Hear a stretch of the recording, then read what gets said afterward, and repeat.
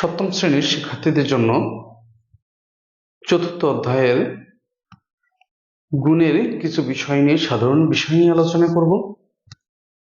আমি আশা করি প্রত্যেকের সাথে থাকবেন, সবার ভালো লাগবে।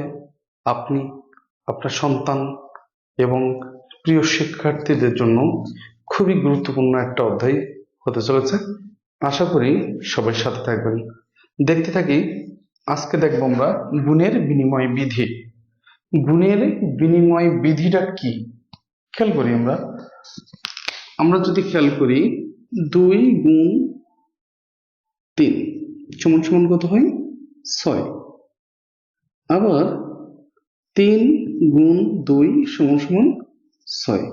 তাহলে আমরা এটা লিখতে পারি 2 into 3 equal to 3 into 2। এটা সমান এটা লেখা যায়। অর্থাৎ এটার মানও 6, এটার মান কত? 3 দুগুণে 6 সমান 3 দুগুণে 6। অর্থাৎ এটা সমান এটা আমরা লিখতে পারি। সেম একইভাবে এ আর বি কে যদি আমরা লিখি, দেখো A into B equal to A B. আবার যদি আমরা লিখি B into A equal to A B. অতএব আমরা এখানেও লিখতে পারি A into B equal to B into A, দুটা এটা সমান এটা। এটাই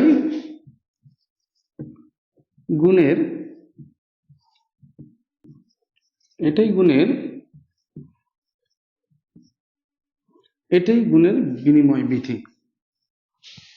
আশা করি সবার এটা খুব কাজে লাগবে। অবশ্যই মনোযোগী হন, পরবর্তী লেসন গুলো দেখেন। আমি চতুর্থ অধ্যায়ের প্রত্যেকটা পৃষ্ঠার প্রত্যেকটা বিষয়, খুঁটিখাটি বিষয় নিয়ে আমি আলোচনা করব। সাথে থাকবেন। ধন্যবাদ সবাইকে।